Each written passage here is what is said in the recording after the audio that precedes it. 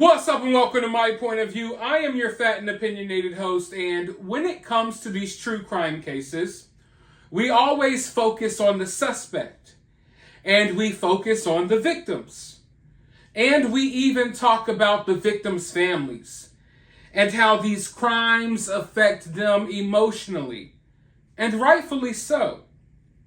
But what we do not do enough is talk about how these suspects' families are affected by these situations, by these crimes. I know it's easy to demonize people behind a computer screen. I know it's easy to criticize people behind a keyboard. But really think about it for a second. If someone in your family decided to wake up tomorrow and do something crazy like what Bryan Kohberger did, what does that really have to do with you? Do you have anything to do with that? Is there anything you could have done to stop it? Are you responsible for your family members' actions? Do their actions reflect who you are as a person? No.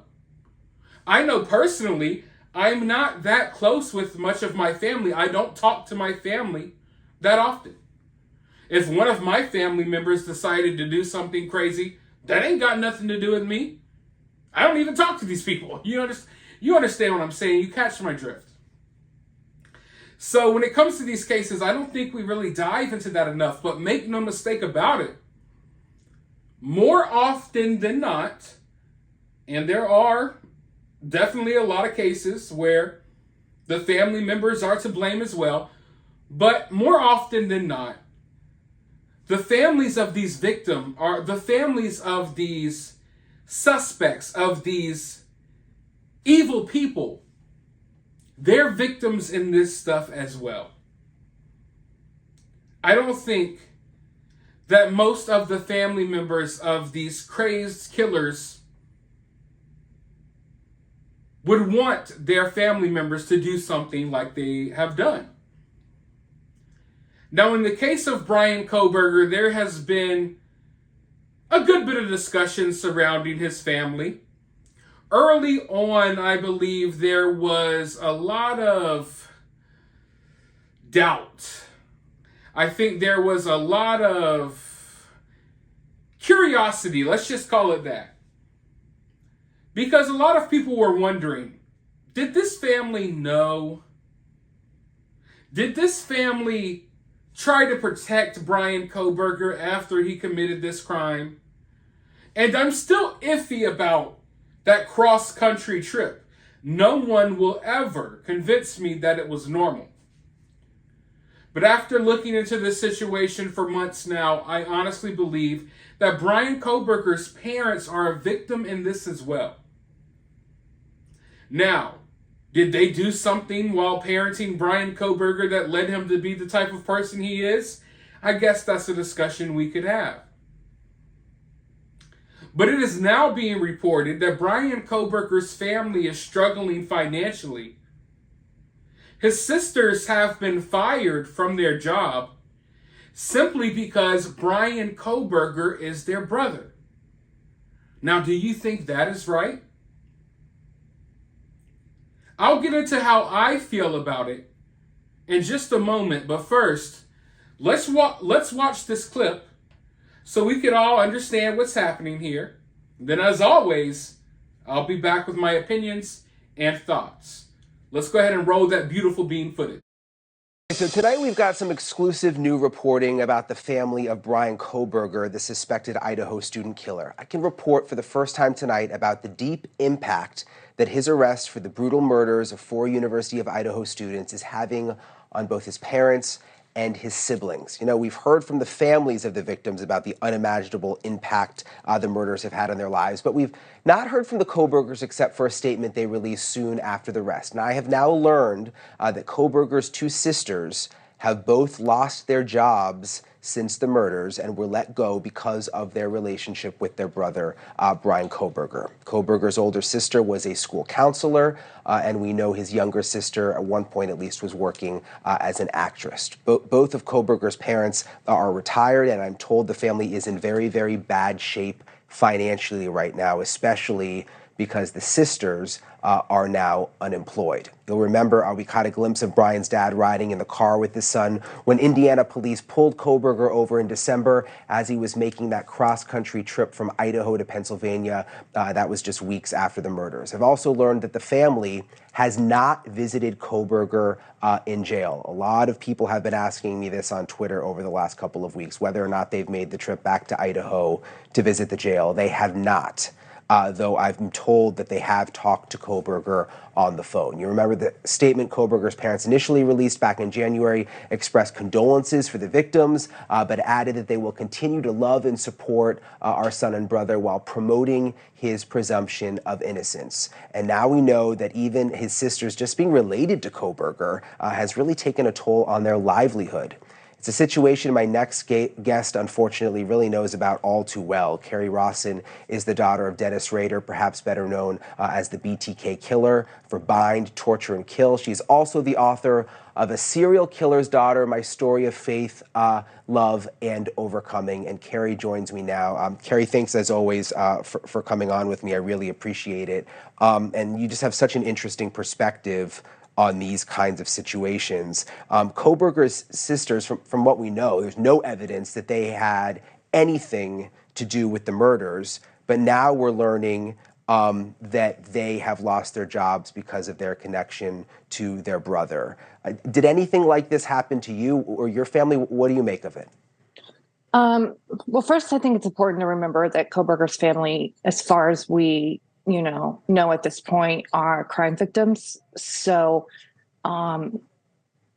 you have to come from that place to begin with to understand what they're going through. In the case of my family, we all took a break. We had to stop work for a while with understanding from like our employers.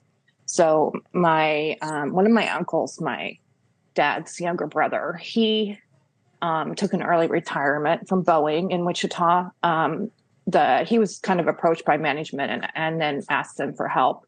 So they were really supportive because it wouldn't have been a very good culture for him on the floor of Boeing to have to go back and be the brother of BTK. Plus, my uncles had to help with their mom. My grandma was really frail and falling down at home, and the media kept coming to her house. So she was actually moved to a nursing home outside of Wichita, and she was actually protected under a different last name even, just to protect her privacy and my family's privacy so we could go visit her in peace. Go ahead. No, sorry to interrupt you. I was just going to say the fact that your uncle and even your grandmother were impacted. And I feel like social media is even more rampant now than when you guys went through this. It's probably even worse for even extended relatives of the Kohbergers. The fact that his family hasn't gone to visit him in jail, what do you make of that? Do you think that's purely financial? And did you have to weigh whether to go visit your dad when everything went down? I think in Kohberger's family's case, it could be a financial issue because that's a long trip, expensive, plane ticket, a long drive, hotel, that kind of thing. For my family, for me, it was more a personal choice. I mean, I was living in Michigan, so I only made it home a few times before he pled guilty. But it was more a choice of mine, emotional decision. It was just too difficult to go see my father under those conditions. There were also issues of privacy and safety. The media was waiting for me to come home. They were, following my family. So it was just better for our family to deal with things quietly. Plus, we were dealing with things we knew outside that the public and the media didn't.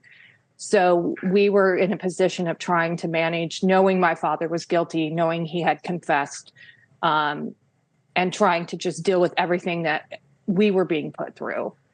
Yeah, and obviously you and your family had no idea about what your father was doing, and presumably the Kohbergers had no idea either.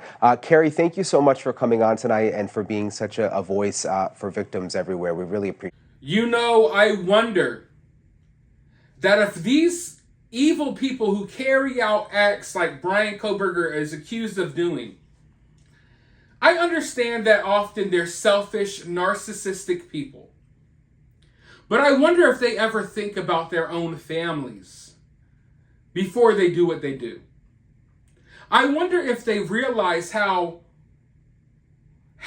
these actions will not only affect the families of the victims, but their own families. Bryan Kohberger hurt his own family in the process of what he allegedly did, if he did it. But when it comes to Bryan Kohberger's sisters losing their job, how do you all feel about that? I don't think it's right. When it comes to people like Bryan Kohberger in situations like this one, I understand why people look towards the parents. And I'm not saying Bryan Kohberger's parents are to blame. In fact, I don't think that's the case here. But I understand why people look at the parents. You want to know who raised this person.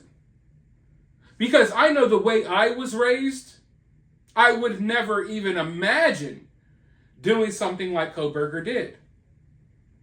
But then again, I think that evil just exists in this world.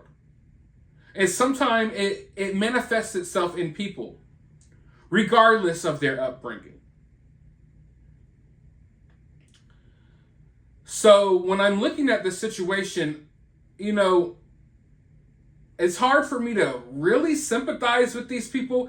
Like, it's harder for me to sympathize with them than it is for me to sympathize with the victims' families. But I don't think it's right. I don't like the guilty by association. Oh, you knew this person, therefore you're a bad person.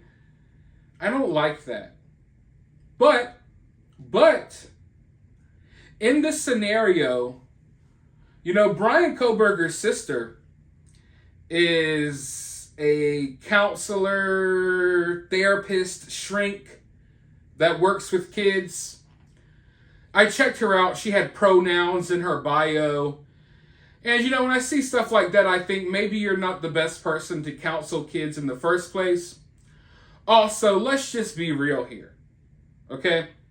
If Bryan Kohberger's sister was like, I don't know, let's throw out a random job.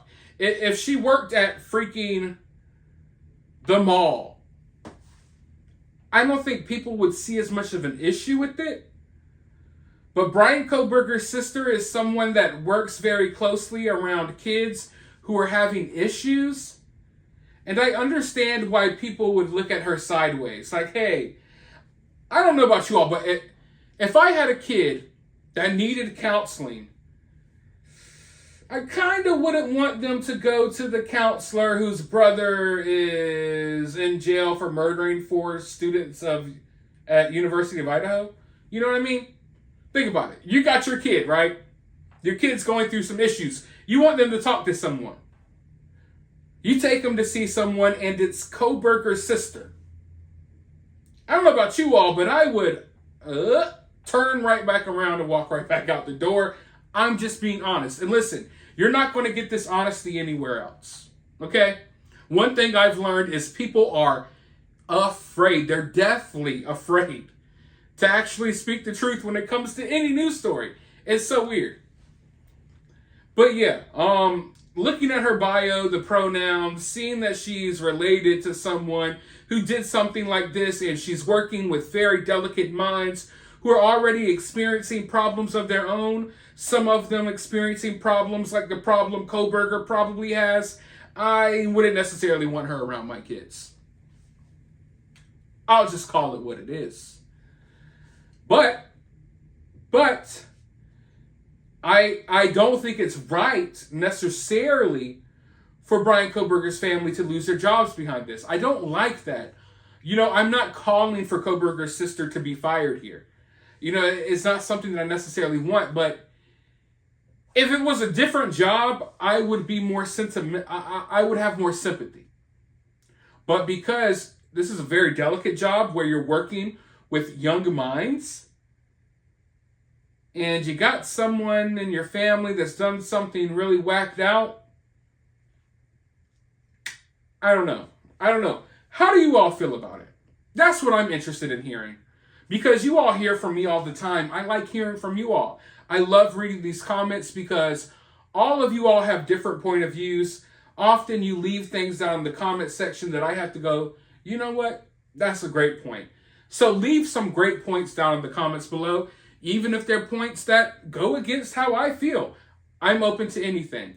Let me know your opinions down in the comments below. While you're down there, hit the thumbs up button, hit the subscribe button, ring that notification bell, and as always, remember to remain opinionated.